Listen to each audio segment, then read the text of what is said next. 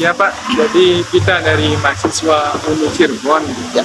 di semester akhir kita mau observasi tentang hukum kejahatan bisnis. Nah, yang kita kenal juga Pak Gusti ini adalah seorang praktisi hukum, advokat, kemudian pembisnis juga di dunia hotel kan gitu Pak. Nah, kira-kira bagaimana sih pandangan Bapak tentang hukum kejahatan bisnis? Ya, hukum kejahatan bisnis ya. Kalau kita berbicara di sisi dunia pariwisata, memang jarang sekali sih untuk bicara itu kejahatan bisnis. Teman-teman, kalau kejahatan bisnis bicara antara dua relasi ya, dua relasi yang saling berkaitan membangun bisnis gitu kan. Nah, kalau di hotel sendiri memang jarang terjadi, karena kan memang dari sistem kitanya sendiri ya, terutama di Bentani itu untuk legalnya memang kita sudah buat sedemikian mungkin gitu, supaya menghindari one prestasi. Ya, jadi antara kalau Bentani itu bisa sama supplier, bisa sama tamunya sendiri gitu kan. Tapi di awal-awal itu selalu kita legal standingnya kita kedepankan supaya yaitu menghindari one prestasi khususnya perhotelan. Kira-kira pernah ada pengalaman nggak Pak tentang hukum kejahatan bisnis di dunia hotel atau di luar ini, di luar sebagai HRD dan advokat? Kalau di Bentani sih alhamdulillah ya, seperti yang tadi saya bilang, karena memang kita sudah buat sistem kontraknya dengan baik, jadi alhamdulillah semuanya itu bisa diminimalisir.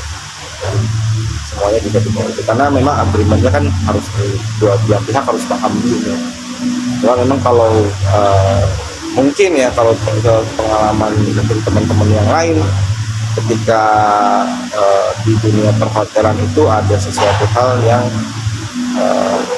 bayarnya di belakang nih, nah, tiba-tiba tamunya ngilang.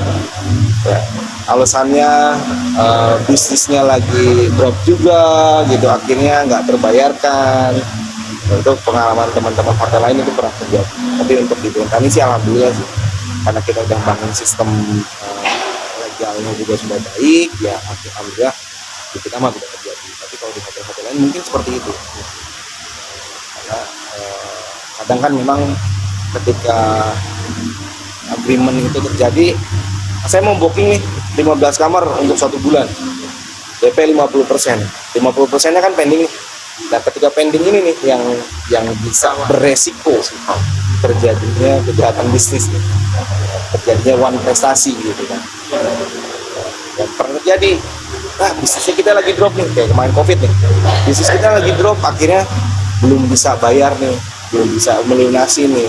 Tapi kan itu udah terpakai nih, yang 15 kamar dalam waktu 1 bulan. Nah, expand-nya hotel kan, pengeluarannya hotel tetap harus diganti gitu. Nah, itu kadang yang terjadi di dunia hotel itu seperti itu. Jadi, kalau yang lain-lain menurut saya sih, kalau di dunia hotel sih nggak terlalu kompleks. Nah, daripada itu semua Pak, kita juga ketahui bahwa kejahatan bisnis juga bisa terjadi karena faktor eksternal ya Pak.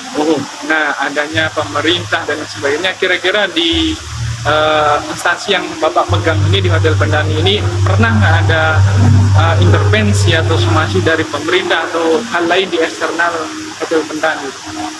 Kalau dari Bentani sendiri ya, untuk yaitu saya ngebangun hubungan dengan pihak eksternal dan pemerintah itu cukup baik. Dan alhamdulillah Bentani Hotel ini segala perizinannya terpenuhi semua. Balik lagi, ada mungkin perusahaan-perusahaan yang tanda kutip nih, kayak tidak ngurus izin lingkungan, pembuangan limbahnya juga nggak diurus gitu kan. IPAL gitu, sistem pembuangan air limbah gitu kan. Itu kan ada perizinan yang harus dipenuhi, B3 terutama, yang ini kaitannya dengan pidana semua nih. Nah, itu juga bisa terjadi dari pihak perusahaannya gitu kan. Itu kejahatan bisnis juga kan, perusahaan mau untung tapi tidak mau ngurus legalitas dengan baik. Tapi alhamdulillah karena ini Bentani saya kebetulan saya yang pegang, jadi saya membangun relasi yang cukup baik juga. Oke Pak, terakhir Pak, bagaimana sih tips dan saran Bapak menghadapi kejahatan bisnis? Tips dan saran intinya kalau untuk pribadi ya, maksudnya untuk pribadi, untuk perusahaan yang saya kelola, sebagaimanapun kita harus mengikuti aturannya dulu ya, normatifnya dulu nih, legalnya apa nih untuk berjalannya suatu perusahaan, itu yang harus kita lakukan dulu. Untuk yang eksternalnya, maksudnya untuk yang berkaitan dengan tamu-tamu yang tadi, kita buat kontrak yang memang disepakati kedua belah pihak, tidak merugikan kedua belah pihak gitu ya. Win-win solution ya. Nah, di situ juga kita cantumkan bagaimana nanti ketika terjadi sesuatu hal dan lain sebagainya kerugiannya seperti apa gitu. Jadi memang benar-benar di kontrak itu yang kita harus perkuat supaya tidak ada yang dirugikan.